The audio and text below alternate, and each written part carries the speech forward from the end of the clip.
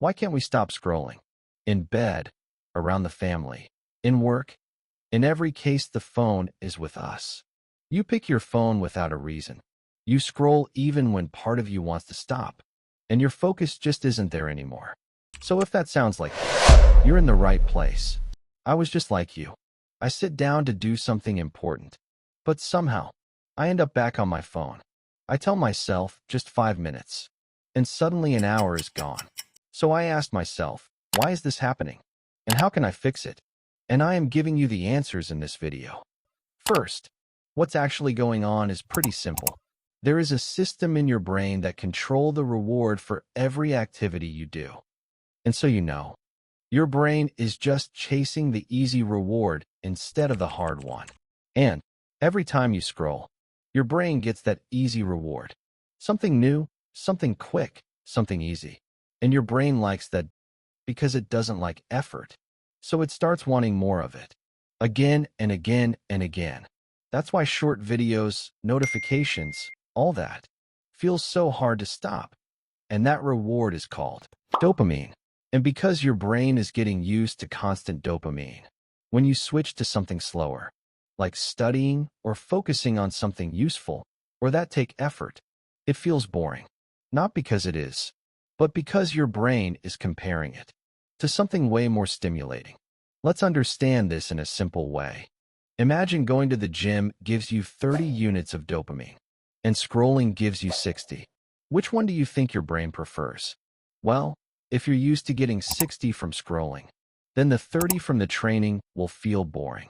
But if your brain is used to a normal level, like 10, then the gym will actually feel enjoyable. So after you knew what is happening, let's move on to the solution. And maybe you've heard of it before. It's called dopamine detox. And I'm going to give you a full protocol to do it after explaining what it is exactly. And very quickly and simple. Dopamine detox is about removing the distractions and earning every hit of dopamine in your brain.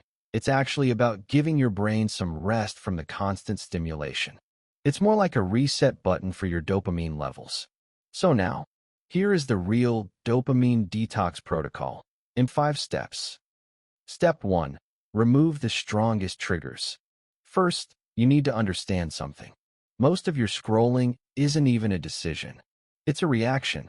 Your brain sees something easy and stimulating, and automatically goes for it. That's why it feels like you're not fully in control. So the first step is to break that automatic loop. Remove the biggest sources of constant stimulation. Short-form scrolling, random checking, non-stop notifications. So, try deleting TikTok and disable notifications, and keep your phone away from you for a bit. You're not quitting your phone. You're stopping the habits that run an autopilot. Step 2. Understand the discomfort. Second, you need to know what's going to happen next. When you remove constant stimulation, your brain doesn't feel normal right away. It will feel bored, restless, even empty sometimes.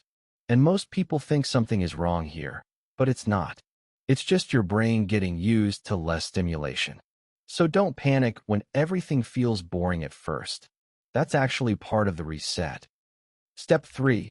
Don't just remove. Here's something most people get wrong. If you only remove stimulation, your brain will go back to it because it hates emptiness. So instead, you replace it with slower activities. Walking, reading, studying in short sessions. Anything that keeps your attention in one place without constant switching. Step 4. Rebuild focus. Step by step, focus doesn't come back instantly. You don't wake up one day with perfect discipline again. You rebuild it like a muscle. Start with 20 to 30 minutes on one task. No phone, no switching, no multitasking. Then take a short break and repeat. Every time you do this, you're teaching your brain one thing. It can stay in one place. So it takes time and you need to be patient. It's not going to be perfect easily. It's like a muscle, as I said. Step 5. And here is where most people fail. Control your reentry. They fix their focus for a few days, then go back to everything at full speed. And the cycle starts again. So when you reintroduce distractions, do it slowly. Not all day, not randomly, not without limits.